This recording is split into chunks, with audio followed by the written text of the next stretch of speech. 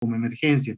La única forma de que el paciente se atienda sin hoja de referencia es cuando es una emergencia, ¿ya? Pero eso va a determinar el médico, no ustedes. Entonces, ustedes como internos, sí o sí evalúan al paciente y están en la obligación. No pueden ustedes decir, ya está bien, regresen, no, está prohibido eso, porque es ya responsabilidad del médico de guardia, entonces pueden estar cometiendo un error, no es una de sus funciones cuando estén rotando en emergencia.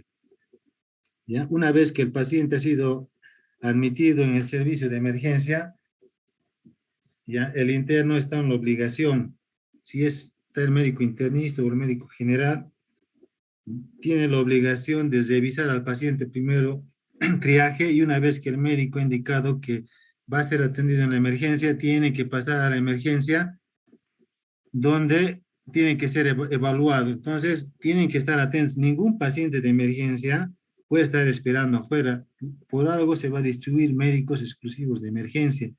Entonces, a veces llegan pacientes graves, por si acaso, y el médico a veces no está de turno. Nos tienen que revisar rápidamente y comunicar porque 15 minutos que pase, media hora que pase, puede ser la diferencia y el paciente puede fallecer. Por si acaso, los pacientes de medicina interna son los pacientes más graves donde el paciente incluso puede fallecer. Entonces, de ahí la importancia, por si acaso, doctores que tienen que evaluar rápidamente y comunicar al médico. Entonces, prácticamente en nuestro servicio no tenemos residentes, por si acaso. Hay un residente, residentes propios de medicina interna, no hay la especialidad a diferencia de otros servicios, simplemente tenemos a veces el apoyo de un residente SAPSI, pero no hay residente exclusivo de medicina interna. Por lo tanto, el interno es el que tiene que cumplir bajo la supervisión del médico esta función. Entonces, eso tomen en cuenta. Entonces, llega el paciente, tiene que ser evaluado por el interno. En medicina interna, por si acaso, no hay que la enfermera tome los signos vitales y listo. En medicina interna es una rotación donde ustedes están a cargo de medir, por si acaso, los signos vitales y evaluar una anamnesis completa y examen físico. Tenemos monitores en la emergencia, por si acaso, pero ya ha habido varios problemas que dice el monitor marca, por ejemplo, 200, 100, la presión está con hipertensión arterial, y si yo no reviso al paciente, puedo estar equivocándome, tengo que confirmar por si acaso, entonces, con el tensiómetro manual, y la presión es normal, entonces, por si acaso, por eso mismo, en la rotación de medicina interna, generalmente nosotros, los internos, estamos en la obligación de tomar los signos vitales y hacer una buena anamnesis, por si acaso. Ya les voy a mostrar después que hay una hoja especial para emergencia. Esta misma hoja de emergencia es la de consulta externa, donde bajo supervisión del médico de guardia tienen que llenar eso. A veces, entonces, esa historia tiene que ser completa. La de emergencia es igual, como es una hoja de emergencia, no es historia clínica, pero igual tienen que tener como el SOAP, pero de forma completa. ¿Ya? Siempre tiene que estar la hora que ha ingresado, la fecha, con todos los datos. En estas historias tienen que firmar en el lado izquierdo, en el lado derecho firma el médico, el visto bueno, porque se va a revisar las historias clínicas. ¿Ya?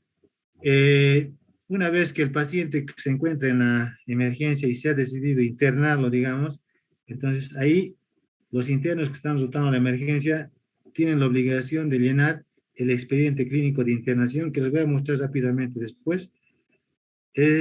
Y cualquier duda, por si acaso, como son internos nuevos, y aunque estén terminando, a los internos que están terminando mañana, digamos, igual, o sea, tienen ese derecho a preguntar porque han venido a aprender. Pero obviamente el interno ya tiene que venir estudiando y tiene derecho a preguntar. Porque en vez de equivocarse, es mejor preguntar para evitar menos fallas. Entonces, tienen la obligación de llenar el expediente clínico de internación, realizar, se va a pedir ya, según se analice el paciente para ver el diagnóstico, los exámenes que se van a solicitar. Entonces, igual, el interno tiene la obligación de un llenado correcto de todos los formularios para la solicitud de exámenes. En medicina interna, en la emergencia, hacemos para valoraciones prequirúrgicas o nos mandan a hacer electrocardiogramas. El interno de emergencia tiene que hacer los electrocardiogramas también para, para pacientes que vienen a solicitar solo electrocardiogramas aparte. Y de ahí ya tienen que tener un conocimiento general de la interpretación básica, digamos, de un electrocardiograma. En la emergencia también se realizan interconsultas, que les voy a mostrar las hojitas. Igual, el interno igual está en la, siempre bajo supervisión del médico de turno o médico a cargo, se les vaya a indicar y ustedes tienen que llevar a hacer las interconsultas, todo, pero conociendo bien los pacientes, no se trata de llevar así nomás después. Ahí es donde el problema. Tienen que tratar de aprovechar a lo máximo. La actividad de internos en salas, una vez que se ha internado en la emergencia, tienen que hacerse la historia clínica y firmar por el médico que esté de turno, porque él tiene que revisar y firmar la historia clínica. Hablamos de 12 horas por lo menos, un máximo 24 horas, pero ya tiene que estar hecho. No puede ingresar el paciente a salas y no tener la historia clínica. Igual se debe poner la fecha y la hora. En las órdenes médicas, por si acaso, en estos últimos hemos tenido muchos pacientes, entonces está el residente, ya vamos a ir viendo eso de las órdenes médicas con el residente SAPSIMAS, pero como son muchos pacientes, ya con la supervisión del médico de turno, yo en la reunión que voy a tener con ustedes, y mañana nos vamos a reunir, vamos a ver las particularidades de este llenado, cómo se va a hacer. Las evoluciones del interno de turno. Entonces, igual, eso vamos a comentar, pero es otra función que tiene que hacer el interno de salas. Las referencias. Puede haber referencias en la emergencia o en pacientes que se encuentren internados. Igual, eso vamos a ir ya viendo las particularidades. Esta es una idea general, más o menos, de una actividad general que debe realizar el interno. Igual, toda la historia clínica tiene que ser bien organizada. La historia clínica es un documento médico legal, por si acaso. Entonces, de ahí incluso hasta la letra tiene que ser bien legible, por si acaso. No digo que sea una letra Palmer, pero tiene que ser una letra legible. No lo digo yo, sino ahora es así lo que mandan. Entonces tiene que estar bien hecho y bien ordenado. Entonces ustedes son los encargados de organizar toda la historia clínica y todo el expediente, pegar los laboratorios, ordenarlos en orden secuencial, todo eso. Realizar los exámenes solicitados del médico tratante. Entonces, el médico tratante va a pedir laboratorios, puede ser laboratorios, ecografías, ISEX, tomografía, todo eso. El encargado de realizar es el interno, entonces tienen que preocuparse en ver que esté con un llenado correcto, qué requisitos más se quiere llevar y hacer todo el examen y la interpretación básica más del examen. La visita médica, igual, eso es una obligación de la rotación, por si acaso. En consulta externa es un poco más fácil porque es casi similar ya. Pero, ¿qué funciones en general más o menos debería realizar el interno? Es igual, correcto llenado. Son un apoyo, como no tenemos residente, entonces ustedes son nuestro brazo derecho. Entonces van a hacer el llenado de los recetarios recibos, todas estas funciones bajo la supervisión del médico tratante.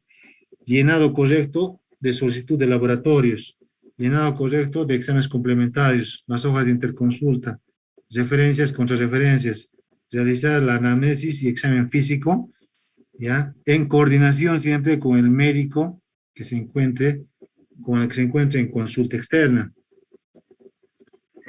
Las actividades académicas, como en cualquier otro servicio, en forma general va a ser similar, va a haber sesiones generales donde toda la participación es obligatoria, por si acaso.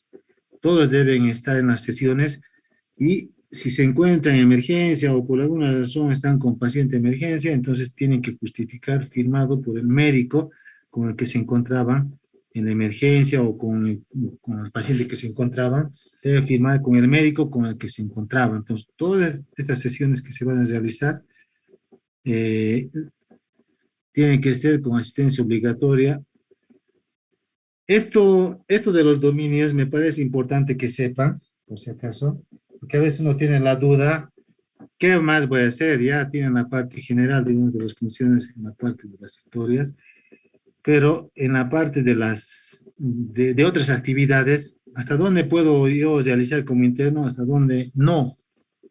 ¿Hasta dónde puedo realizar con supervisión? O otras no puedo realizar ni con supervisión. Entonces, de ahí va esto de los niveles de dominio. Entonces, el nivel de dominio uno, ya, como la elaboración de la historia clínica completa, colocación de una sonda nasogástrica, una sonda vesical, medición de la presión venosa central, tomar un electrocardiograma con su interpretación, realizar los exámenes como rayos X y una interpretación básica, realizar maniobras de reanimación cardiopulmonar básica, toma de gases arteriales. Entonces, todas estas funciones, ¿ya?, van a poder realizar, pero siempre con supervisión médica. Una vez que el médico de turno ya les vamos a empezar a conocer, ya van a empezar a hacer ustedes ya, pero siempre bajo supervisión médica, pero son actividades que van a poder realizar ustedes, incluso las tomas de gasometrías arteriales, todo eso.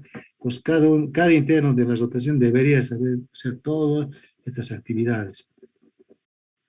En el nivel de dominio 2 ya procedimientos un poco, digamos, un poco más complejos, paracentesis, toracocentesis, punción lumbar o una intubación que se podría realizar. Aquí sí o sí tiene que haber supervisión por el médico y después de que ya se haya visto varias veces el procedimiento, entonces, bajo supervisión del médico y con el médico, pueden realizar una paracentesis, una toracocentesis, digamos. En el nivel de dominio 3, que ya son más complejos, entonces esto sí o sí casi diríamos es más para observación porque son más de especialidad.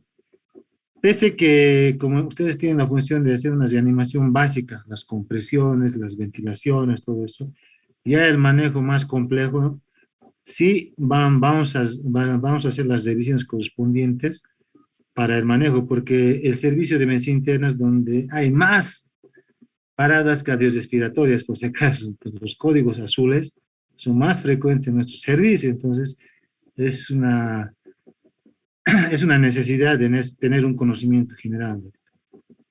Ahora, en la rotación, por si acaso, es imprescindible esto de las competencias. Ya hemos hablado de conocimientos cognitivos, en la parte donde ustedes van a revisar, leer, estudiar. Las competencias procedimentales que hemos mencionado ya en los dominios. Y el otro pilar fundamental son las competencias actitudinales, que están al mismo nivel, por si acaso les diré, doctores, este pilar de los actitudinales, que el cognitivo y que el procedimental. En el servicio de medicina interna, vale igual nota que tengas mucho conocimiento, pero que no tengas competencias actitudinales. Tienen que trabajar en equipo, no es eso que no me llevo con tal persona, que aquel interno no es mi amiguito. Entonces tienen que trabajar todos son necesarios, como una mesa de 4 patas. Si una pata está fallando, todo el equipo se puede caer. Respeto a todas las normas de la institución, eso se está controlando estrictamente. Explicación de los procedimientos que a realizar. A nadie le va a gustar que le hagan un procedimiento sin comunicar. Peor aún ahora que la gente está más problemática, que sí o sí, incluso hacer un procedimiento básico, una gasometría arterial, tiene que ser explicado porque puede haber complicaciones. Entonces, eso es sí o sí necesario. Solicitud de autorizaciones, información a familiares, por si acaso. Esto de información a familiares, como internos, están prohibidos dar cualquier información, ya que ustedes todavía no tienen la capacidad, están en proceso de aprendizaje, entonces cualquier información, todo es con el médico tratante. El expediente clínico, por si acaso, doctores, ahora es algo importante que sí o sí desde esta etapa de internado tienen que conocer. Por lo menos a mí he traído algunas fotos para ver la forma práctica, porque aquí se trata de ver ya los hechos. Si se les ha puesto las funciones objetivas es por lo que eso es así, lo necesario, así de a lo más grueso, para que sepan así. ¿ya? En la parte de la historia clínica igual, les mencionaba que llega a emergencia o en la consulta externa, es esta historia que tiene. Recién todavía no han autorizado una hoja especial de emergencia que recién va a entrar, pero por lo menos hasta el día de ayer, sabes, tú no es esta la hoja de historia de emergencia que se está utilizándose.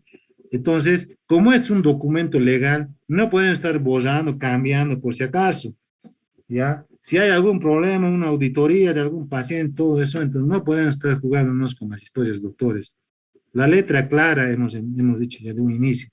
Todos esos datos que exige aquí la historia clínica, esto por ejemplo, la de emergencia, tiene que estar en forma completa, está bien claro, preciso.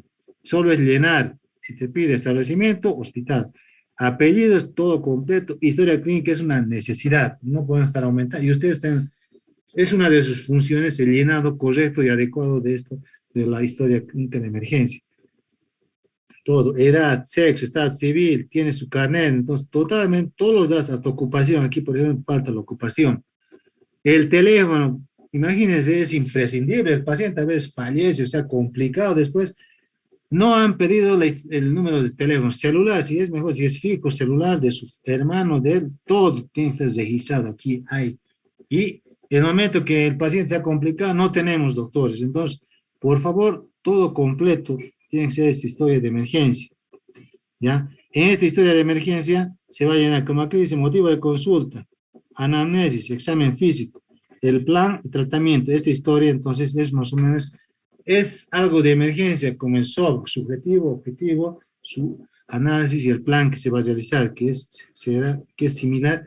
Aquí igual, por si acaso, va los antecedentes que tienen que detallar, porque siempre en medicina interna es importante los antecedentes, porque a veces está relacionado con el cuadro con el que está cursando y los pacientes son pluripatológicos, entonces de ahí la importancia de este llenado completo.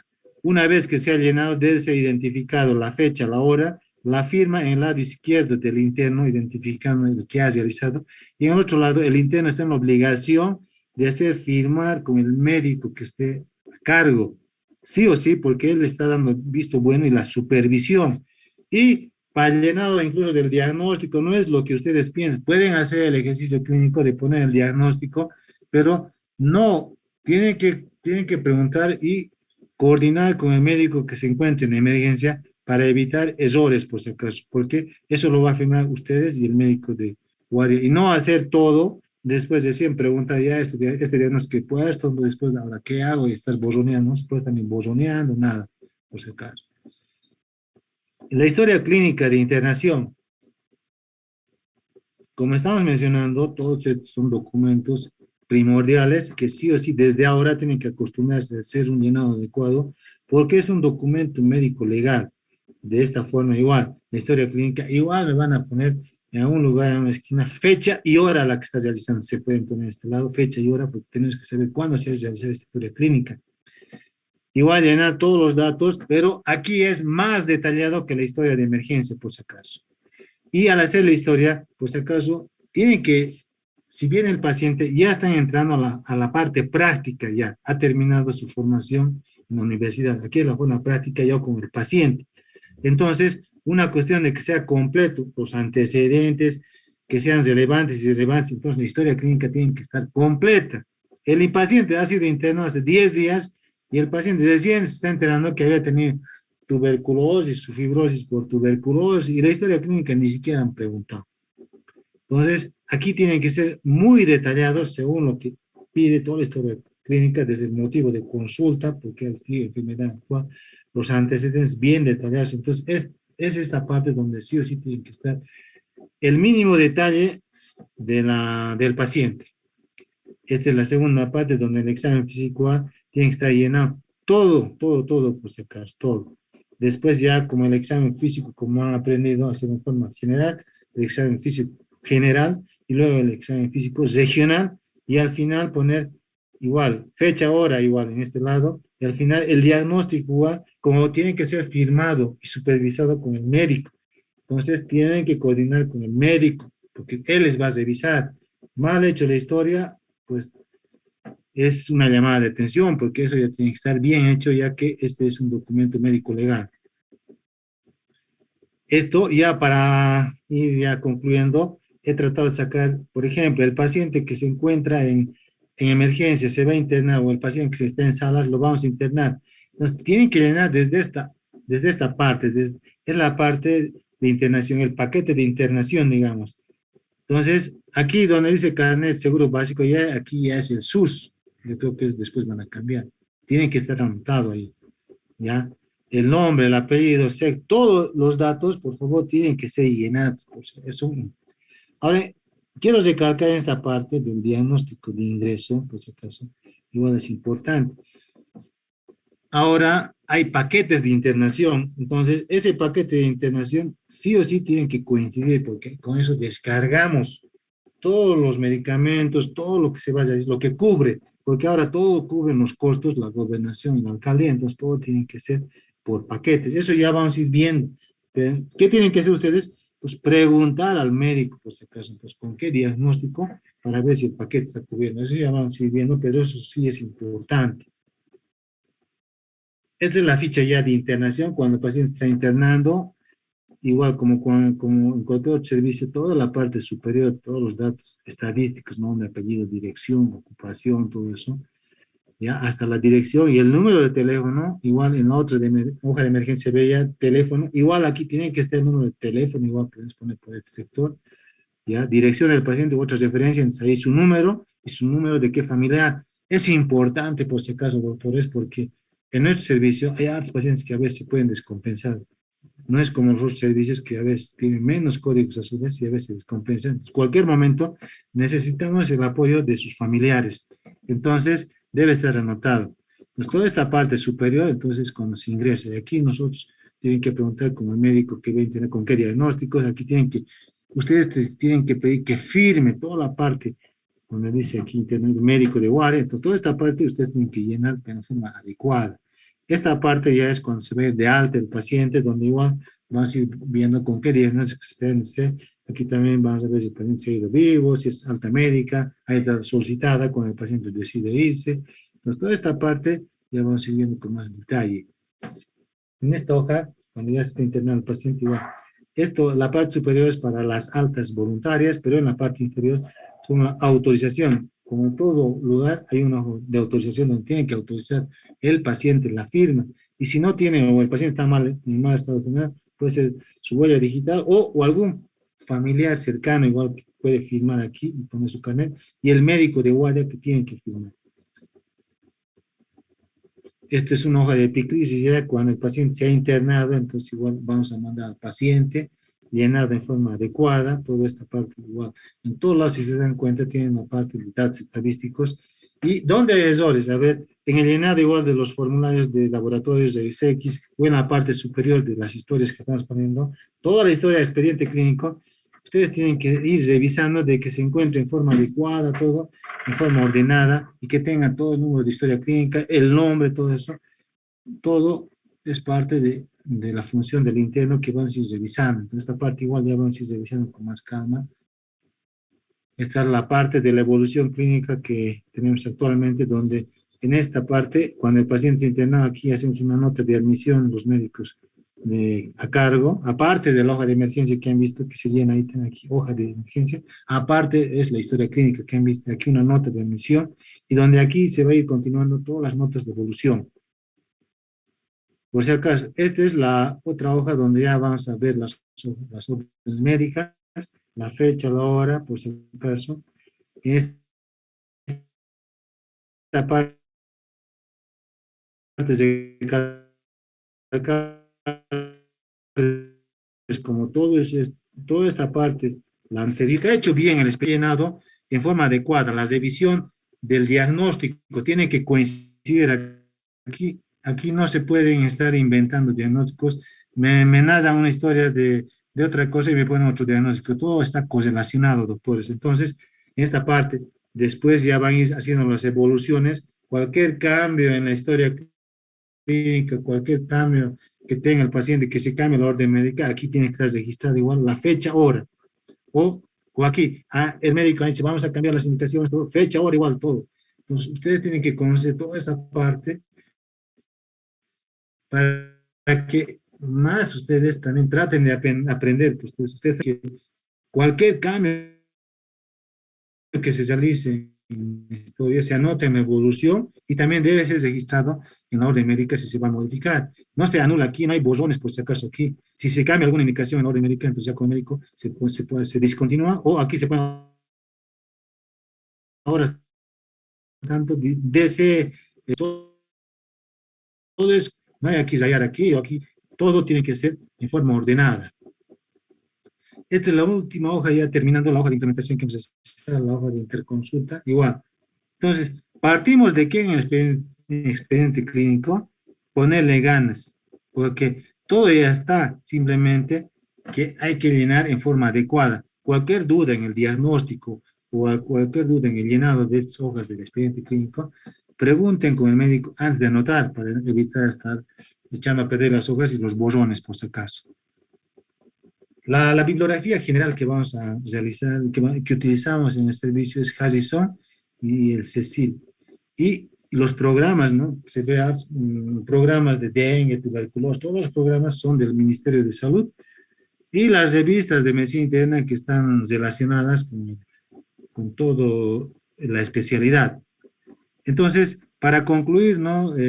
Doctores, eso del expediente clínico, la historia clínica, todo eso, ya se ha llevado en varios años, entonces he tratado de mostrarles y ver ya la forma práctica. Entonces, es importante, como última recomendación, es importante en este servicio o en los demás donde zote, es necesario hacer en forma adecuada, no hay borrones, no hay nada. Entonces, desde un inicio, desde que llegue el paciente, desde la puerta de ingreso del paciente, sea por consulta externa, salas o emergencia, o ingresa el paciente, tiene que estar una buena anamnesis, evaluación y anotarse todo, todo. Aquí no hay suposiciones. Si hacemos todo lo correcto, no vamos a tener problemas ni en auditorías, ni nada, por si acaso, ¿ya? Entonces, con eso culminamos y para terminar, ya se ha creado un grupo del servicio de medicina interna. No sé si están todos, porque todos tienen que añadirse. Ya mañana, después voy a poner la hora para reunirnos. Yo creo en el WhatsApp, por favor. Eso sería todo. Bueno, muchas gracias. Buenas noches.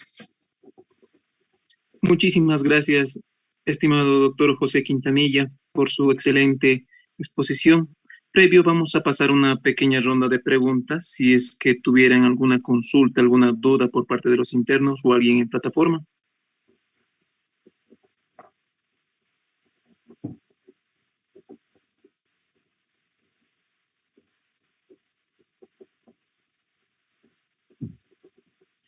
Bien, creo que ha quedado la explicación bastante clara, concisa. Entonces, agradecerle nuevamente, estimado doctor José Quintanilla, excelente exposición. Y a continuación vamos a dar paso al tema del manejo del código azul en pediatría a cargo de la doctora Olivia Crespo. Doctora Olivia, ¿logra escucharme en plataforma? Buenas noches, sí, doctor. Sin ningún problema. Muchísimas gracias, doctorita. Entonces, la doctora Olivia tiene un amplio recorrido en el Hospital Cochabamba, nos va a impartir sus conocimientos. Le cedo la palabra, estimada doctora. Claro que sí, doctor. Por favor, si me dan para compartir.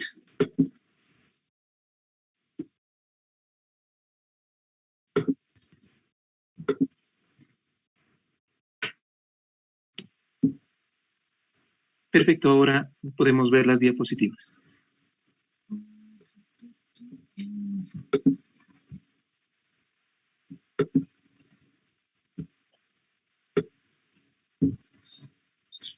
¿Se ve pantalla completa? Así es, doctorita, RCP básico pediátrico.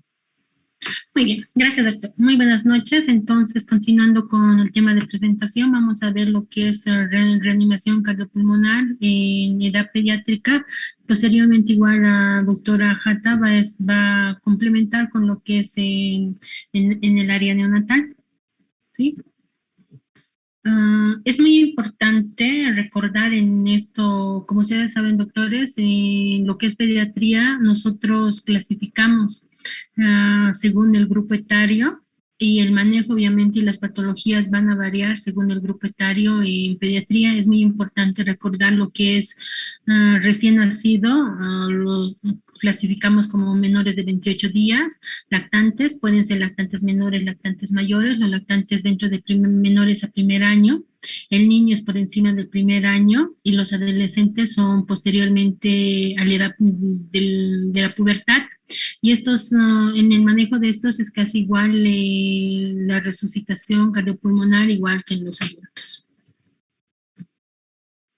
Vamos a recordar algunos conceptos que es muy importante que nosotros manejemos y ustedes recuerden, doctores, para poder tomar y hacer las pequeñas diferencias para poder hacer el manejo cuando nosotros estemos frente a un posible paro cardiorrespiratorio en edad pediátrica. ¿Cómo definimos lo que es la parada cardiorrespiratoria? Sabemos muy bien que es una situación clínica donde la circulación y la respiración va a caer en forma brusca, en forma inesperada, y esto es potencialmente reversible, ¿sí? La resucitación cardiopulmonar, al contrario, es un conjunto de maniobras encaminadas a suplir la respiración y la circulación espontánea para evitar la parada cardiorrespiratoria. Y obviamente el soporte vital básico incluye el inicio de la resucitación cardiopulmonar y actividades que nosotros vamos a realizar del sistema de emergencia. Se ha demostrado y hay una evidencia que el impacto en la sobrevida en quienes reciben una adecuada resucitación cardiopulmonar ha aumentado siempre y cuando sea de forma adecuada y oportuna. ¿Cuál es el objetivo de realizar la resucitación cardiopulmonar? Principalmente es optimizar la presión de perfusión a nivel cerebral, coronaria y de los órganos vitales durante la fase que va a existir un bajo flujo en espera de retorno circulatorio espontáneo. La parada cardiorrespiratoria en niños, el paro cardiopulmonar, principalmente en el 70% de los casos se debe a una falla respiratoria, ¿sí? Entonces nosotros tenemos que ver que en la gran mayoría esto va a ser un problema respiratorio, tratar de saber cuáles son estas posibles causas que va a ocasionar este paro cardiorrespiratorio, y en un menor porcentaje va a estar lo que son enfermedades como la sepsis, enfermedades neurológicas, también las lesiones, los politraumatismos que van a presentar estos niños, pero en la gran mayoría es debido a una alteración o una falla respiratoria.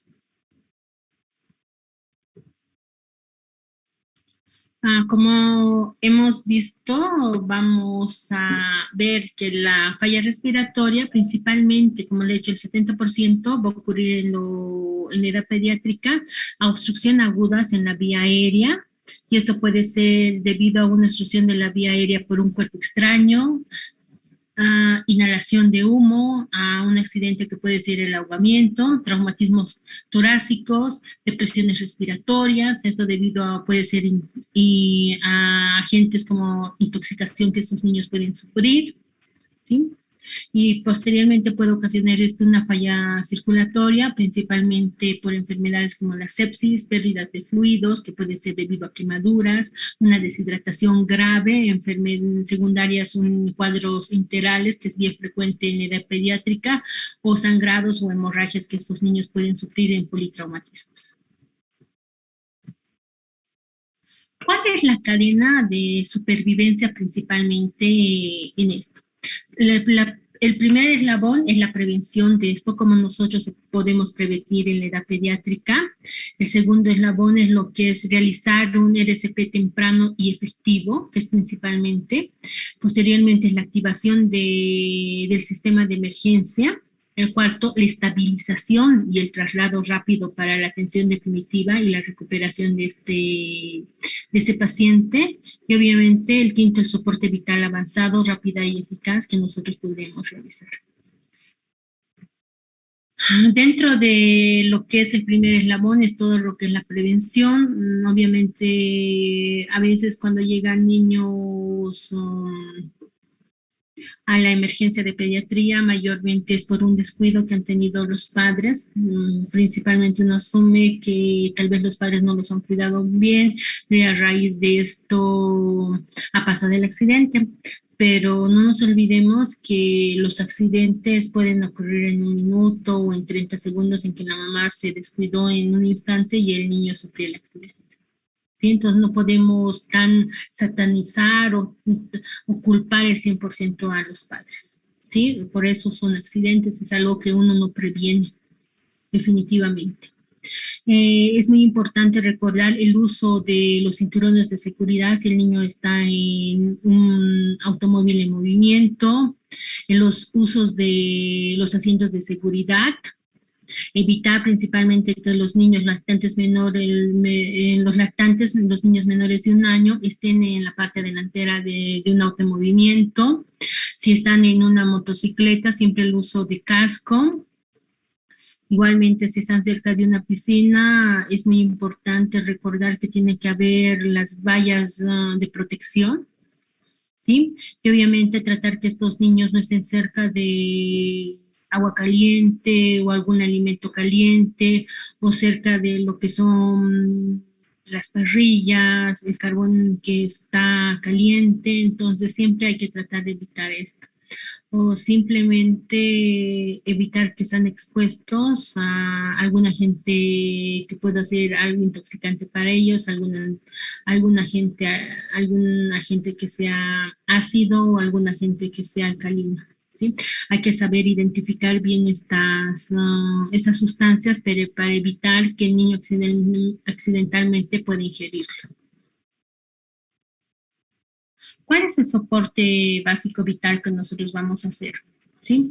Es muy importante si si un niño llega a la emergencia de pediatría, es muy importante hacer una evaluación minuciosa de y obviamente rápida, ver si el niño no responde, estimularlo, si no responde, ver o sentir si el niño tiene una respiración espontánea, no respira, o simplemente está haciendo como jadeo, como estuviera haciendo una pausas respiratorias, jadeando el niño. Entonces hay que evaluarlo inmediatamente, los signos vitales, la frecuencia cardíaca, los pulsos radiales, el pulso a nivel de la yugular, e iniciar lo que es el masaje, la recuperación cardiopulmonar. ¿Sí? Una vez que hacemos eso, hemos iniciado lo que son las compresiones, 5 compresiones que se inician, 5 compresiones torácicas, y activamos el sistema de respuesta, ¿verdad? Si estamos solos, nosotros como internos, vemos, evaluamos, y no hay nadie, entonces pedimos ayuda para que otra persona, tanto los residentes o médicos de guardia, nos puedan colaborar. Pero nosotros ya hemos hecho ya hemos iniciado el primer inicio de la resucitación cardiopulmonar, ¿sí? En base a eso, volvemos a vemos, como les he dicho, en el 75% de los casos del paro cardiorrespiratorio, el niño se debe a un problema respiratorio. Entonces no es necesario utilizar lo que es el desfibrilador, ¿sí? Solo en niños que tengan alguna enfermedad cardíaca de base, que es un porcentaje mínimo, vamos a nosotros ver si es necesario o no aplicar las descargas en estos pacientes pediátricos. En los lactantes principalmente no utilizamos el desfibrilador, pero sí en los niños mayores a esta edad. ¿Sí? Vamos a ir más adelante, vamos a ir desglosando todos estos parámetros. ¿Sí? ¿Cuáles son las recomendaciones que nosotros tenemos que hacer principalmente en la resucitación cardiopulmonar de alta calidad? Entonces, un niño llega a la emergencia, que lo trajeron tercera persona o algo. Es muy importante valorar lo que es la vía aérea, si, como les dije, tiene una buena respiración. ¿sí? Lo que es el ABC que nosotros conocemos. Primero, posterior, vemos si tiene una buena respiración, como si la vía aérea está permeable, y si el niño no responde a ningún estímulo que nosotros hemos hecho, entonces podemos iniciar lo que es las 5 compresiones de rescate, las compresiones torácicas, para iniciar la resucitación cardiopulmonar. Como les dije, la vía aérea permeable, realizamos las compresiones, evaluamos, vemos que el niño no respira, no sentimos pulso muy bajo, entonces realizamos las 5 compresiones de rescate.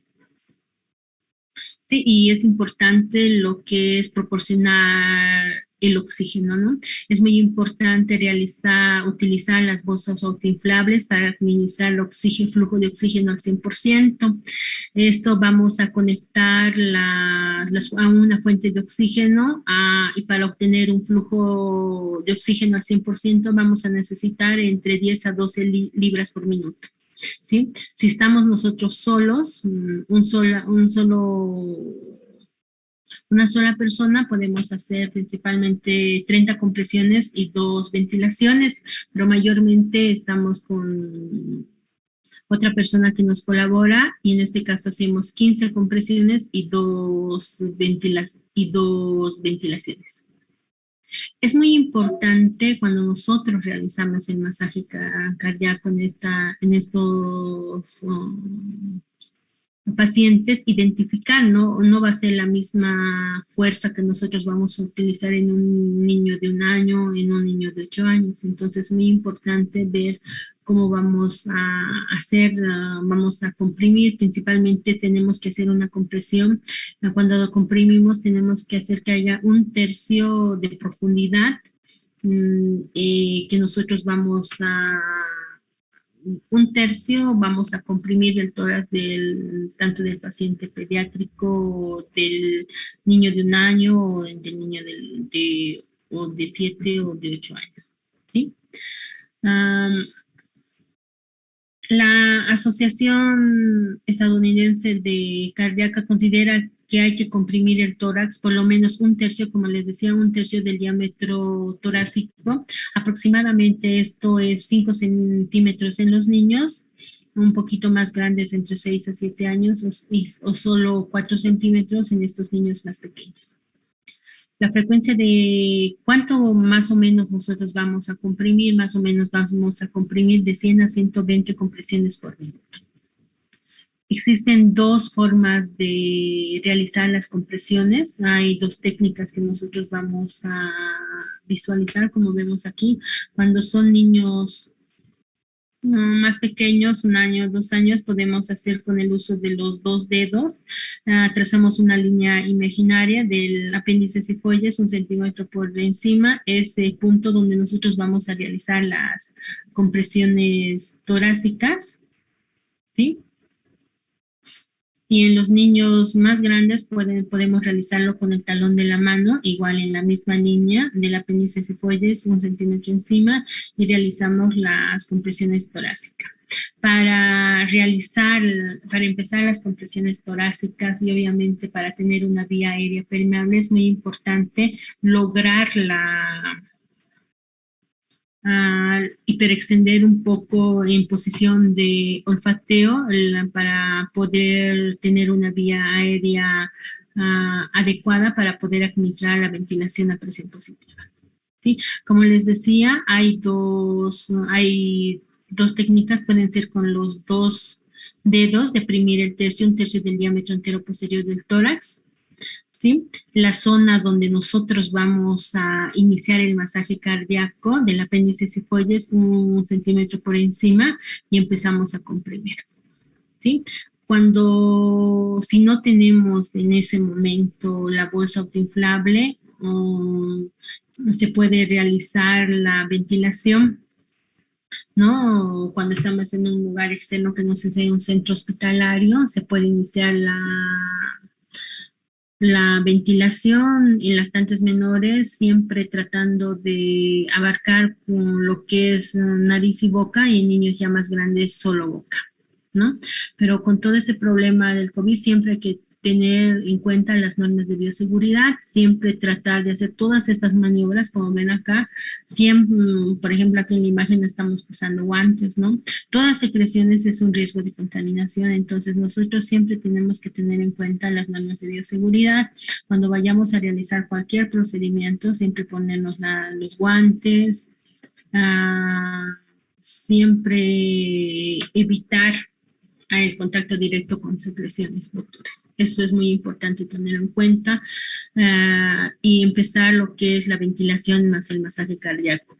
Vamos a ir viendo más adelante, como les dije anteriormente, cuando es solo una persona que va a iniciar, es 30 compresiones con 2 ventilaciones, y cuando son 2 personas que van a iniciar la reanimación, son 15 compresiones con 2 ventilaciones. Como les he dicho, otra técnica en los niños un poco más grandes es el talón, ¿sí? Identificamos el área de la penisescoides 1 centímetro por encima y con el talón hacemos las compresiones de 1/3 del diámetro entero posterior del tórax, ¿sí? Igual la relación es la misma, dependiendo si es una persona que está iniciando o son 2 personas que van a iniciar el masaje más la ventilación. Es muy importante cuando el niño llega a la emergencia, si está inconsciente, colocarlo, tener el cuidado de que tiene que estar que lo vamos a colocar nosotros sobre una superficie plana y dura y que esté en decúbito dorsal. Y obviamente tenemos que despejar la vía aérea, ¿no? Entonces nosotros llega el paciente inconsciente, nosotros tenemos que ver si el niño está respirando, ¿no? Vemos, escuchamos si tiene alguna respiración y vemos si el tórax se va a expandir o no, si el niño está respirando. Si digamos, en este caso, si el niño no tiene respiración y no responde a ningún estímulo, entonces identificamos que es un paro, con los signos vitales más que nos ayudan a determinar, iniciamos lo que es la reanimación cardiopulmonar. Es muy importante, como dice aquí, no tenemos que cerrar la boca del paciente, nosotros tenemos que abrirla la boca para ver, puede ser una parte, como han visto, dentro del 75% de las causas que es debido a una alteración respiratoria, dentro de este está la obstrucción de la vía aérea por un cuerpo extraño. Entonces siempre es muy importante visualizar la vía aérea para ver si está obstruido o no, o puede tener algo el niño en la boca para poder desobstruir y poder y ver que esa es la causa de lo que el niño no está respirando, la obstrucción de la vía aérea. Por eso es muy importante visualizar y ver, escuchar si el niño tiene o no una respiración espontánea. Para tener una vía aérea permeable, nosotros realizamos maniobras. Dentro de esto está la maniobra frente-mentón, como vemos acá. Con una mano colocamos a nivel del frente del paciente y con la otra a nivel del mentón para hiperextender un poco, ¿sí? Pero esta hiperextensión no tiene que ser muy brusca, porque si no vamos a hiperextender demasiado y lo que vamos a ocasionar es que la vía aérea no esté, más bien no esté alineada y vamos a ocasionar dificultad en la respiración.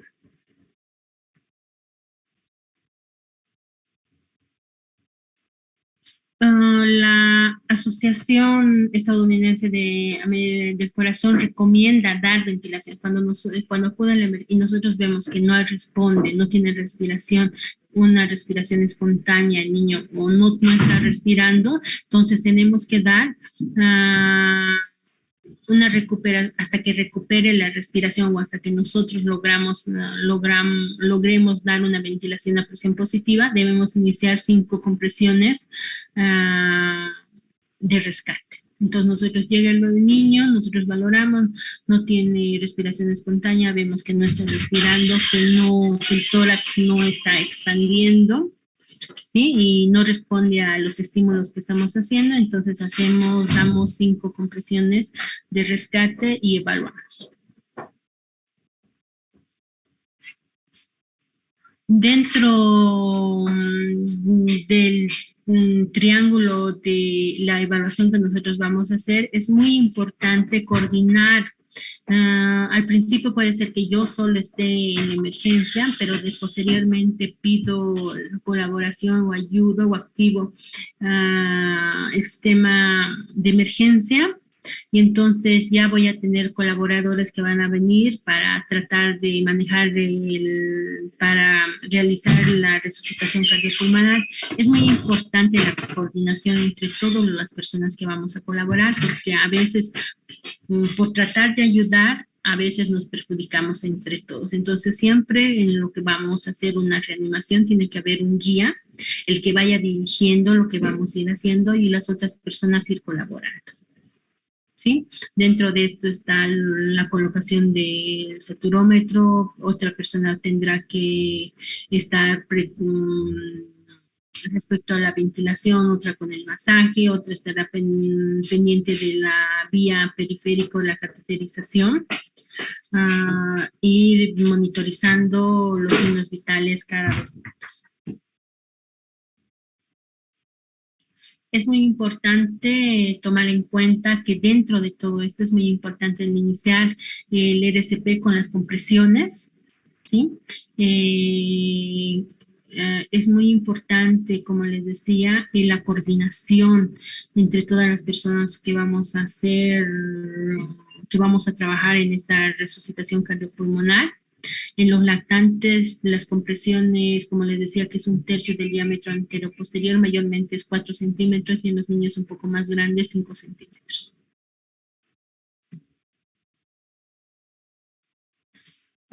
Cuando somos un solo reanimador, vamos a comprimir 30 compresiones y vamos a dar 2 ventilaciones. Cuando hay 2 reanimadores, vamos a hacer 15 compresiones y 2 ventilaciones. Aquí tenemos el algoritmo para ir repasando y viendo. El niño llega inconsciente. Es muy importante comprobar que este niño que llega a la emergencia esté inconsciente. Pedimos, si estamos solos, obviamente tenemos que activar el equipo de emergencia, abrir la vía aérea, si tiene respiraciones normalmente, si no tiene respiración, si tiene expansión del tórax. Si el niño verificamos que está respirando espontáneamente, entonces lo que nosotros tenemos que hacer es poder colocarle en la posición más segura, y la posición más segura para este paciente es la posición de decúbito lateral, en la posición de seguridad, ¿sí? A menos que este niño tenga el antecedente que se haya caído de 2 o 3 metros, o se haya caído de un automóvil en movimiento, o haya algún antecedente que ha sufrido un traumatismo craneoencefálico, ¿sí? Que pueda haber una posible lesión cervical. Entonces, en este caso, obviamente que no vamos a colocar, y lo que vamos a hacer es inmovilizar a nivel cervical, va a ser una inmovilización cervical, y obviamente va a estar, no la vamos a poner en decúbito lateral, ¿sí? Una vez que hemos identificado que el niño no responde, no tiene respiraciones espontáneas y no responde a nuestros estímulos, realizamos lo que he dicho, las 5 ventilaciones de rescate, ¿sí?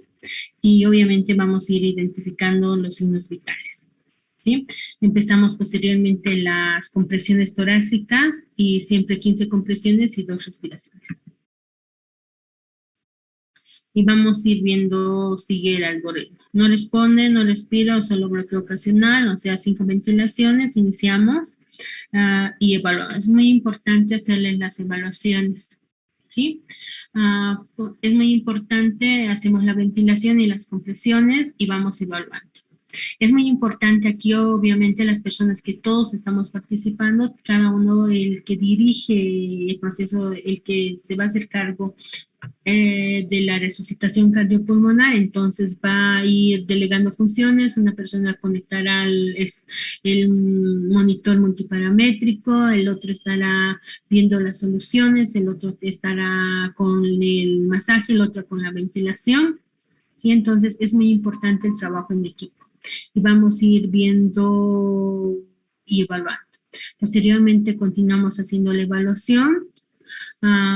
Como le he dicho, la mayoría de los niños no necesitamos utilizar el desfibrilador, solo cuando nosotros vemos que hay una fibrilación ventricular, una taquicardia supraventricular sin pulso, en eso sí vamos a utilizar el desfibrilador, solo en estos pacientes que no sean lactantes menores, en los niños más grandes, para poder realizar, pero en la gran mayoría de estos niños con la administración de la ventilación y las compresiones y el uso de los medicamentos, no es necesario realizar el uso del desfibrilador. ¿Sí? Nosotros cuando utilizamos el desfibrilador tenemos que tratar de no interrumpir por mucho tiempo lo que es la resucitación cardiopulmonar. ¿Sí?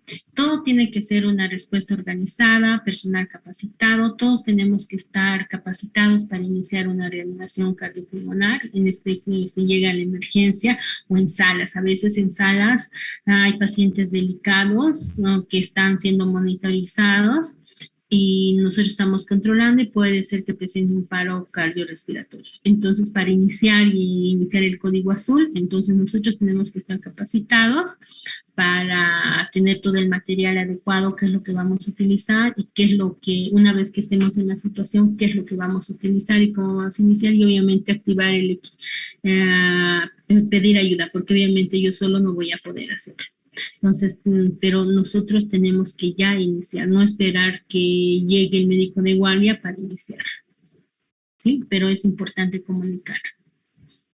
Acciones coordinadas y simultáneas, entonces nosotros tenemos que, la persona que va a dirigir va a distribuir las funciones que nosotros vamos a realizar, ¿sí? Es muy importante la monitorización que nosotros vamos a hacer, acciones y procedimientos, y obviamente posteriormente las licenciadas, una vez que tengamos, si obviamente si el paciente ya se interna, va a tener una vía, entonces para colocar los medicamentos que nosotros vamos a indicar. Una vez que nosotros hemos realizado la ventilación con las bolsas autoinflables, que vamos a ir viendo más adelante, las bolsas autoinflables en lactantes menores se prefiere que utilicemos las bolsas circulares, y en niños mayores de 1 año es mejor utilizar las máscaras que son anatómicas en forma triangular. Siempre hay que recordar que el uso de las máscaras para dar la ventilación a presión positiva nos tiene que cubrir lo que es mentón, boca y nariz, que tienen que ser, en pediatría principalmente, tenemos que contar con toda de diferentes tamaños, que se adapte adecuadamente a nuestro paciente. A veces no tenemos las adecuadas y no podemos cubrir completamente, o son muy grandes o son muy pequeñas y no vamos a poder dar una ventilación en forma efectiva. Por eso es muy importante contar con todo este material para poder iniciar un manejo efectivo y adecuado. ¿Sí? El manejo de la vía aérea es algo importante. Obviamente esto ya lo van a poder hacer. No se olviden que ustedes igual van a estar bajo la supervisión de los residentes y médicos de guardia, y una vez que, si se da la oportunidad, poder ver cómo se pueda realizar la intubación endotraqueal. Esto siempre tiene que ser realizado por una persona que esté capacitada y tenga la experiencia para hacerlo, ¿no? Más aún en estos niños que a veces cuando uno quiere intubar pelean mucho y podemos lastimarlos. Entonces es muy importante por eso que este procedimiento lo realizan las personas que tienen la experiencia, ¿no? No se olviden, igual que hay 2 tipos de hojas de los laringoscopios, las hojas rectas que nosotros utilizamos principalmente, manejamos en niños menores de 1 año, y las hojas curvas que nosotros utilizamos en niños ya más grandes. ¿Sí? Estas son las hojas rectas que utilizamos principalmente en menores de 1 año, y las hojas curvas que utilizamos en niños mayores de 1 año. Es muy importante también recordar, ¿no?, cómo nosotros vamos a colocar las hojas con el mango del laringoscopio. No se olviden que tienen que estar los 2 funcionando, y para eso tenemos que contar también con todas las el material que necesitamos. Dentro de esto está el uso de las pilas. Cuando nosotros tomamos la guardia en la emergencia, más aún, siempre tienen que haber personas que van revisando lo que es el carro azul, ¿no? Todo el equipo que nosotros vamos a utilizar. No nos sirve que en el carro esté un laringoscopio sin pilas, un laringoscopio en el cual no nos sirve el foco. Entonces todo eso tiene que ir constantemente habiendo una revisión, que todo el material que nosotros vamos a utilizar esté en todo y en forma adecuada para poder utilizar el momento que nosotros requeramos. Sí, los tubos endotraqueales que nosotros utilizamos depende mucho del peso y de la edad pediátrica, de la edad, si es un lactante menor, si es un neonato. Y en los neonatos igual tomamos, como van a ver más adelante, si son pretérminos, si son de término, entonces va a ir modificando el tamaño del tubo endotraqueal. Incluso en neonatos no utilizamos los tubos endotraqueales, utilizamos los tubos endotraqueales sin balón, y en los niños más grandes ya utilizamos el tubo endotraqueal con balón, ¿sí? Entonces, el tamaño del tubo que vamos a utilizar, mayormente menos de un año, es el tubo endotraqueal 3.5 a 4, un poquito más grande ya el número 4, y en mayores de 2 años utilizamos una fórmula que es 4 más edad dividido entre 4. ¿Sí? Entonces, según eso, nosotros más o menos se hace calculamos qué número del tubo endotraqueal vamos a necesitar para intubar. Mayormente, si yo voy a utilizar el número 4, tenemos que tener un tubo que sea 3.5 o un poco mayor. Sí, porque a veces entre uno y otro paciente varía, podemos colocar un número 4 y podemos evidenciar que hay fuga y tuviéramos que cambiar por uno mayor. O al revés, ¿no? Que cuando queremos realizar la intubación, a caso contrario, no veamos que no puede introducir y vamos a requerir un tubo más pequeño. Sí, pero es importante tener todos los tamaños de los tubos disponibles en el carro azul para poder utilizarlos. Porque a veces ocurre, ¿no?, que queremos intubar con el número 3 o 3.5 y no contamos y solo con 4. Sí, por eso es muy importante que todo el material esté en forma adecuada en el carro azul. Es muy importante también lo que es poder utilizar las ondas de aspiración, pero no se olviden que con todo este problema del COVID, mientras menos aspiremos, menos vamos a aerolizar y menos riesgo de contaminación, ¿no? Por todos estos pacientes, por todo ese problema que hay. Entonces, es difícil a veces tratar de intubar sin aspiración, es más complicado, pero tenemos que conservar todas las normas de bioseguridad cuando nosotros vayamos a realizar estos procedimientos. Nunca olvidarnos eso, doctores, siempre teniendo todos los cuidados de las normas de bioseguridad. La cánula de Mayor también nos va a ayudar para evitar la obstrucción en los lactantes principalmente, para que la lengua no obstruya lo que es la vía aérea. Como vemos, igual en la ventilación, como les dice, la bolsa de ventilación es muy importante, mayor concentración de oxígeno con las bolsas de ventilación con reservorio, el oxígeno al 100%, como ya les he dicho, vamos a lograr con 10 a 12 litros por minuto, que nosotros vamos a conectar a una fuente de oxígeno, y las máscaras faciales, que existen dos tipos, las que son las circulares y las formas anatómicas, el triangular, las que son de triangular, principalmente utilizamos en niños más grandes, y las circulares en niños más pequeños, lo que son lactantes menores. ¿Sí? Es muy importante cuando nosotros vayamos a ventilar, utilizar lo que les he dicho, todo el equipo de bioseguridad, los guantes, que es muy importante. ¿Sí? Hacer un sello hermético adecuado, tiene que cubrir lo que es mentón, boca y nariz. ¿Sí? A ver, tenemos que elegir la mascarita adecuada para nuestro paciente, que no sea muy grande. A veces utiliza muy grande y la máscara está a nivel de la frente del paciente, o al revés, o caso contrario, que solo esté a nivel de la punta de la nariz. Entonces tenemos que tratar de hacer que el sello hermético sea para tener una buena ventilación, tenemos que tener un sello hermético adecuado. Entonces podemos hacer con la técnica del C, agarramos las manos en forma de la de L.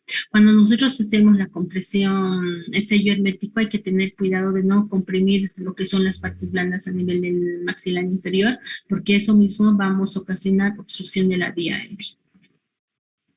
Cuando nosotros damos una buena ventilación con un sello hermético, vamos a ver que hay una expansión adecuada a nivel del tórax.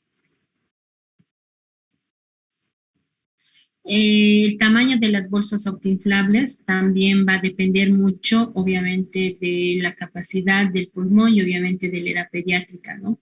Mayormente hay las bolsas autoinflables que son neonatales, menores a 204, para menores de 2 años utilizamos las de 240 ml, entre 2 a 10 años las de 500 y mayor a 10 kilos las de 1600. ¿Sí? No voy a yo dar ventilación a presión positiva, obviamente con una bolsa inflable de 1600 voy a tratar de darle a un niño de 1 año, definitivamente no. Una vez que nosotros ya tengamos cuando nos vamos al área de la circulación, es muy importante la monitorización cardíaca,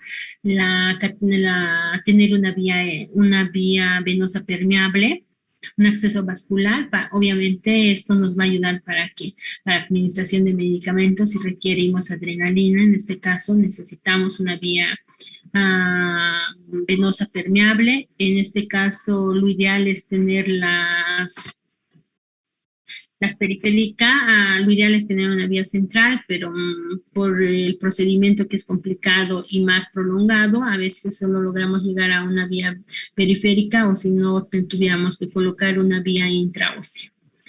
Y una vez con eso determinamos si vamos a hacer uso o no de las compresiones torácicas más el uso del desfibrilador. Es muy importante cuando nosotros hacemos la monitorización cardíaca, permitir observar la función eléctrica a nivel cardíaco. No se olviden que los multiparamétricos que nosotros tenemos en emergencia nos hace el trazado electrocardiograma. Es muy importante poner los monitores para poder ver ese trazado que tiene nuestro paciente, determinar el ritmo que tiene, determinar o al descartar alguna arritmia que tiene este paciente. Es muy importante el control de la frecuencia cardíaca y obviamente la saturación, el uso de los oxímetros y la presión arterial. A veces no medimos mucho la presión arterial en pediatría, que es muy importante, porque no tenemos el material adecuado, ¿no? A veces el niño de 1 año, 2 años, los manguitos que nosotros tenemos para medir no es el adecuado, ¿sí? Pero sí es muy importante en nuestros pacientes críticos medir lo que es la presión arterial. Para la monitorización es muy importante el uso de los electrodos para poder colocar en estos niños. ¿Sí? También vamos a ir viendo lo que son en el electrocardiograma para ir viendo si hay una bradicardia sintomática, si hay una bradicardia llamamos considerable cuando es menor a 60 latidos por minuto, cuando hay una ausencia de esto, cuando estamos frente a una sistolia o hay actividades eléctricas sin pulso, como puede haber una taquicardia ventricular, fibrilaciones ventriculares.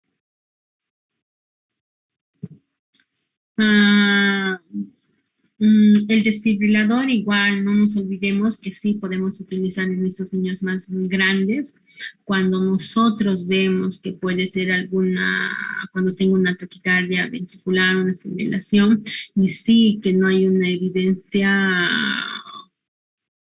que tenga alguna malformación, que tiene alguna patología de base. En esos casos nosotros podríamos utilizar el desfibrilador, como les he dicho, no en lactantes, en niños más grandes.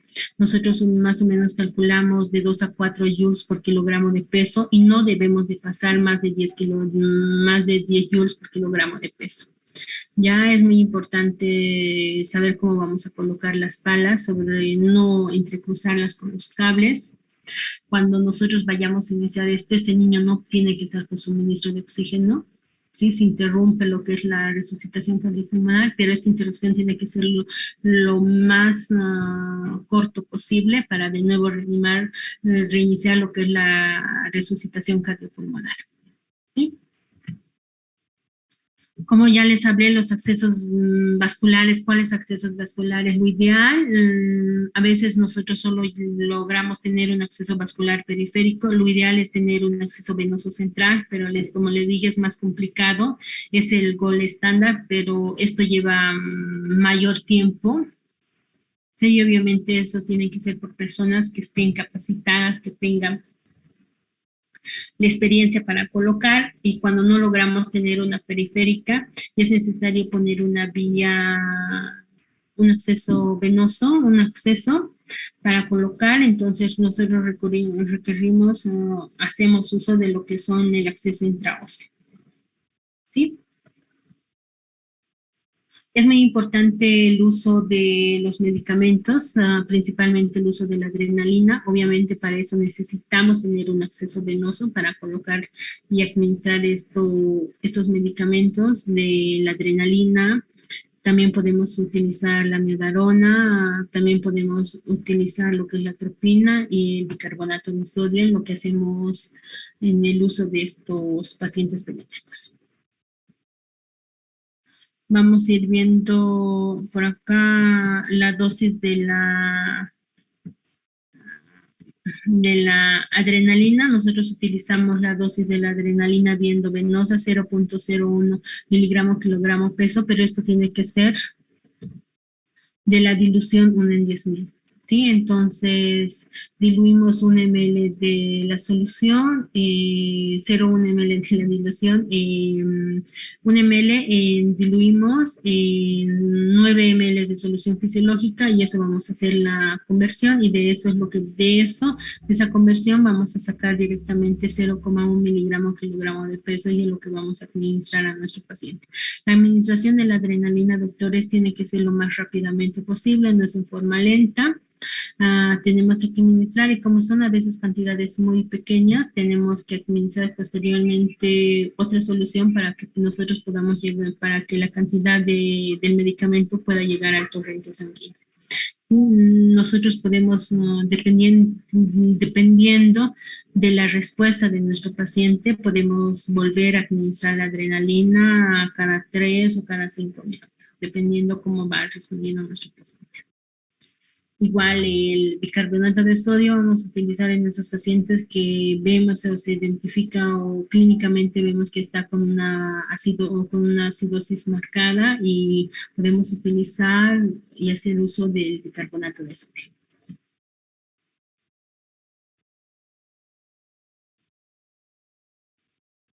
Es muy importante saber hacer los diagnósticos diferenciales de hipovolemia de la 6H, de la 5T. No se olviden que la mayoría de estos pacientes con hipovolemia, hipoxia, acidosis, hipotermia, hipoglicemia van a ser una falla respiratoria, ¿no? Y que van a ser secundarios a algo, ¿sí? Igual lo mismo que por algunas sustancias, por alguna intoxicación o por problemas de taponamiento cardíaco, neumotórax tensión, una trombosis coronaria o traumas por hipovolemia, igual van a dar patologías que van a requerir otro manejo. Como les dice, principalmente asistolia, el paracardíaco en la gran mayoría de estos niños en la edad pediátrica es por algún problema respiratorio, alguna causa respiratoria ocasionado, y eso puede ser por alguna obstrucción de la vía aérea o por alguna patología, en menor cantidad por alguna patología. Como por ejemplo acá vemos una niña de 2 meses con vómitos, deshidratación, llega a la sala de emergencia. Es muy importante, principalmente cuando llegan estos pacientes, la evaluación. La evaluación inicial, nosotros tenemos que ver si el niño tiene una respiración espontánea, ver, sentir, ¿no? Y los signos vitales, si está respirando, si no tiene una respiración espontánea, si al estímulo que nosotros estamos haciendo responde o no responde, ¿sí? Entonces nosotros vamos a ir viendo y ver si esto hacemos, si no respira, no tiene pulso, obviamente hacemos las compresiones torácicas y hacemos las compresiones torácicas de rescate y empezamos posteriormente con la ventilación a presión positiva con la bolsa máscara y la bolsa autoinflable.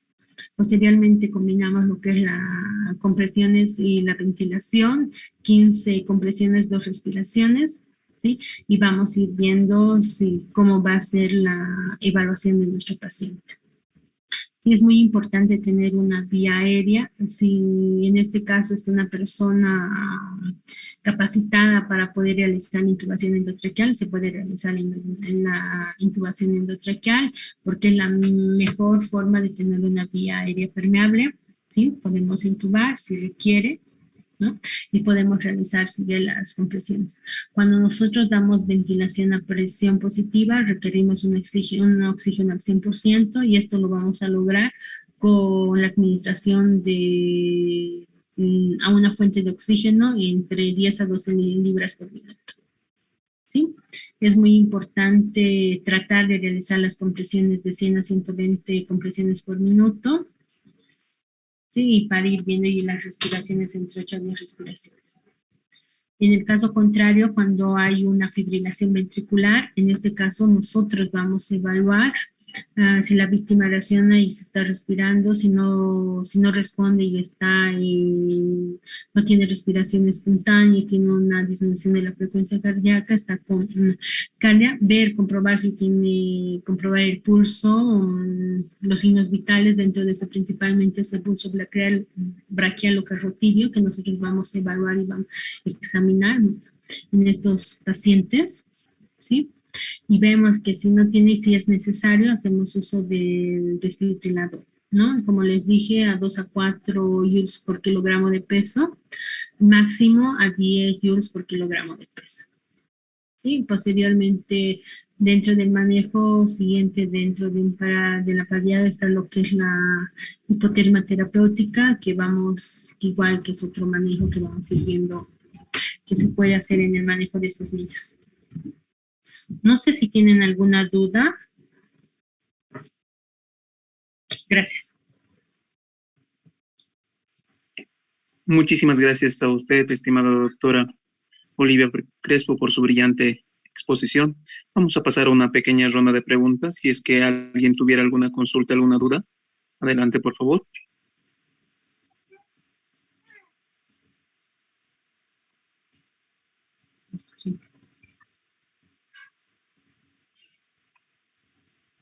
Creo que los doctores están bastante tímidos realmente ante el. Sí, están con sus primeras intervenciones y en verdad que están un poco reacios. Sin embargo, es su momento oportuno de poder disipar todas sus dudas.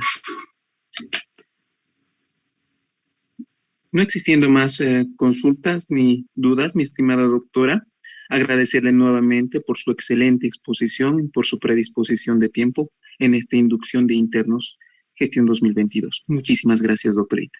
Gracias a usted, doctor. A continuación vamos a dar paso a la doctora Leni Ajata con el tema de manejo de código azul en emergencias de neonatología. Doctora Leni, ¿logra escucharme?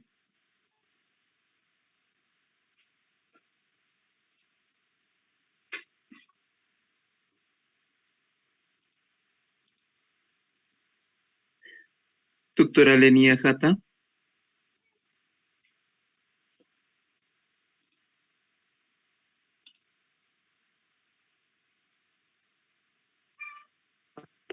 Hola, buenas noches. Sí. ¿Cómo estás, Hola, doctorita? Muy buenas noches. ¿Cómo está? La doctora Leni tiene un amplio recorrido en el Hospital Cochabamba, ya tiene bastante años de experiencia, en lo cual nos va a ser grato aprender de sus enseñanzas y aprendizajes. Doctorita, le cedo la palabra. Buenas noches. Un gusto saludarlos a todos los presentes, agradecer al Jefatura de Enseñanza e Investigación por la invitación, al Comité Técnico y a Dirección del Hospital, ¿no? Bueno, para empezar, completar, mejor dicho, los temas de el manejo de la emergencia en las diferentes etapas de la vida. En este caso nos va a tocar revisar lo que es la reanimación cardiopulmonar en los recién nacidos, complementando lo que empezó la doctora Olivia Crespo.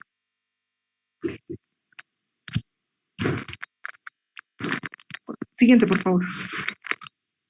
Bueno, comentar de que después del nacimiento, entre el 4 al 10% de los recién nacidos de término, los recién nacidos prematuros, pueden requerir algún tipo de reanimación cardiopulmonar, específicamente algún tipo de asistencia a nivel respiratorio. 1 a 3 cada recién nacidos por cada 1000 puede requerir en algún momento compresiones torácicas, es decir, RCP ya con masaje cardíaco o medicamentos de emergencia.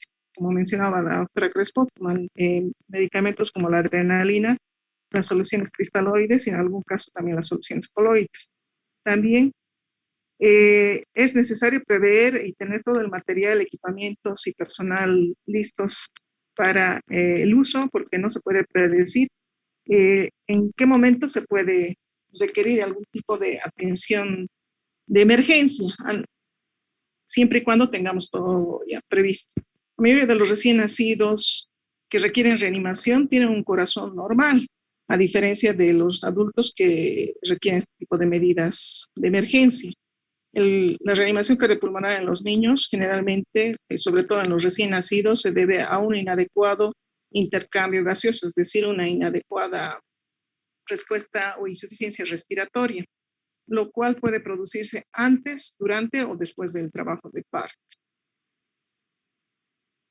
Antes del parto, recordar fisiológicamente de que la función respiratoria fetal lo realiza la placenta, y después del parto, la insuficiencia respiratoria generalmente radica en la dificultad que tiene el recién nacido de tener un esfuerzo respiratorio eficaz, es decir, una respiración efectiva que pueda ayudar a que el oxígeno ingrese de forma adecuada a los pulmones y se realice el intercambio gaseoso, oxígeno, dióxido de carbono. Por lo que no debemos olvidar que en los recién nacidos, a diferencia de las otras edades, como mencionaba la doctora Crespo, el objetivo principal de la reanimación neonatal es la ventilación eficaz de los pulmones del bebé, es decir, la administración del oxígeno. A diferencia de las otras edades, el mnemotécnico del ABC, desde vía aérea, y mantener la oxigenación adecuada antes que la circulación, es la premisa. Después se mantiene que los pulmones fetales fisiológicamente se van dentro del útero, se encuentran formados por sacos aéreos alveolares, los cuales se encuentran llenos de líquidos en lugar de aire. Una vez que ocurre el nacimiento, entonces los cambios de presiones con el primer llanto, la primera respiración, ingresa el aire y puede esto ayudar a que este líquido presente en los alvéolos salga, por lo tanto facilita la expansión alveolar y la difusión o el intercambio gaseoso. Los vasos pulmonares que transportan la sangre a los alvéolos luego del nacimiento también se encuentran muy contraídos y por lo cual muy poca sangre fluye a nivel de ellos, es decir, hay un intercambio de presiones, por lo cual la circulación a nivel pulmonar también va a sufrir modificaciones. Siguiente, por favor. Ya. Entonces, en resumen, la transición de la respiración fetal a la neonatal. ¿Qué ocurre cuando ocurre el nacimiento? El bebé respira, entonces procedemos a ligar el cordón umbilical después del nacimiento. Como resultado, el recién nacido va a empezar a utilizar los pulmones y va a empezar a respirar por él mismo en lugar de utilizar la placenta para realizar el intercambio gaseoso. A su vez, en el momento del parto, una vez que se liga el cordón umbilical y el bebé tiene su primera respiración, se empieza a absorber el líquido presente en los sacos alveolares. Así el aire reemplaza el líquido y se procede ya a que el oxígeno pase de los alvéolos hacia los vasos sanguíneos del pulmón para que empiece la función respiratoria tal cual conocemos, ¿no? El aire en los alveolos hace que los vasos sanguíneos en los pulmones se vayan dilatando y esto también va a favorecer el incremento del flujo sanguíneo pulmonar, con lo cual uno de los conductos a nivel de cardíaco, que conocemos como conducto arterioso, se va a ir contrayendo o cerrando gradualmente, lo cual va a favorecer un incremento de la presión a nivel sistémico y una disminución de la presión a nivel pulmonar, lo que llamamos, va a haber ya un cambio fisiológico de la circulación pulmonar a la circulación sistémica o de la circulación mayor sobre la circulación menor, favoreciendo la ventilación y oxigenación adecuadas y la adaptación fisiológica de la respiración fetal a la respiración neonatal.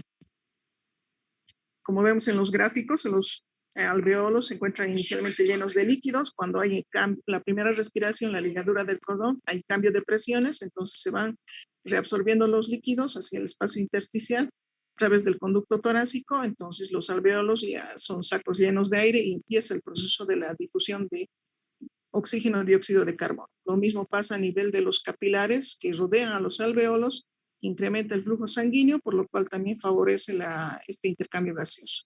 Siguiente, por favor. Entonces, ¿cómo va a responder un recién nacido cuando no existe esta transición normal? Generalmente, un recién nacido puede presentar mayor esfuerzo respiratorio, es decir, signos de dificultad respiratoria o ausencia de la respiración que se conoce como apnea. Un incremento de la frecuencia respiratoria, conocida como taquipnea, una alteración de la frecuencia cardíaca, que puede ir desde una frecuencia cardíaca lenta hasta una frecuencia cardíaca rápida, taquicardia, taquipnea, o bradicardia, mejor dicho. Una disminución del tono muscular, es decir, lo que conocemos como flacidez, una baja saturación de oxígeno, que podemos corroborar con el uso del oxímetro de pulso, y una disminución de la presión arterial baja.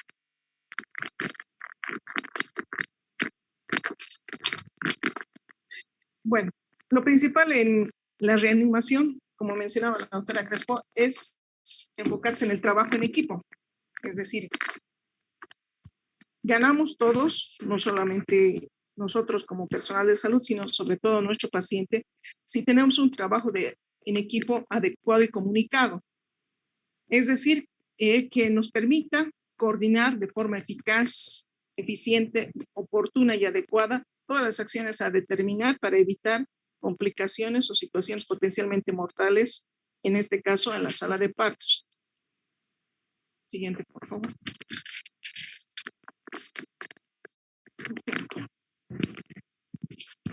Este proceso de atención de reanimación, para la reanimación o anticipación a un nacimiento de un recién nacido con factores de riesgo, tenemos que considerar los siguientes antecedentes. Generalmente, haciendo el historial materno, tenemos que considerar que existen antecedentes previos al nacimiento, como también factores de riesgo durante el parto. Los factores de riesgo anteriores al parto a considerar de forma importante son verificar si la edad gestacional, es decir, el tiempo del embarazo es menor a las 36 semanas, es decir, es un recién nacido prematuro, o una edad gestacional mayor a las 41.7 semanas, un recién nacido post-término, que la madre tenga datos de hipertensión o preeclampsia, eclampsia, un embarazo múltiple, una paciente que tenga datos de polidramnios, anemia fetal, oligohidramnios, hidropesía, macrosomía fetal, esto ya por ecografías obstétricas, o en su defecto también un paciente con resultado de restricción del crecimiento intrauterino, además de alguna detección ecográfica de alguna malformación congénita asociada. También es un factor de riesgo a considerar cuando la madre tiene entre sus antecedentes no haber realizado ningún control prenatal, porque es en este caso que nosotros entramos a atender al paciente sin tener ningún antecedente y por lo tanto se podría decir a ciegas.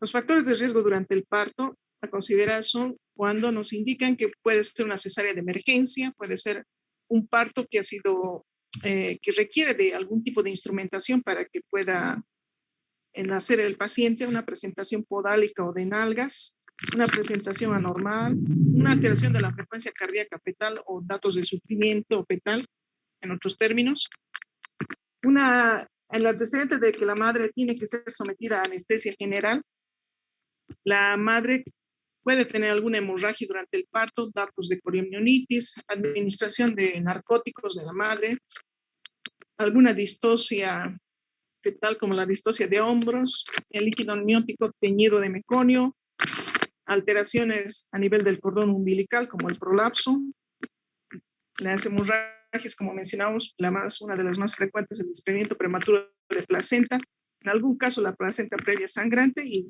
también en casos excepcionales la ruptura uterina. Todos estos factores son importantes a considerar en el historial perinatal de la madre antes y durante el trabajo de parto, lo cual nos permite hacer sospechar que ese recién nacido va a ser un recién nacido de riesgo. Hola.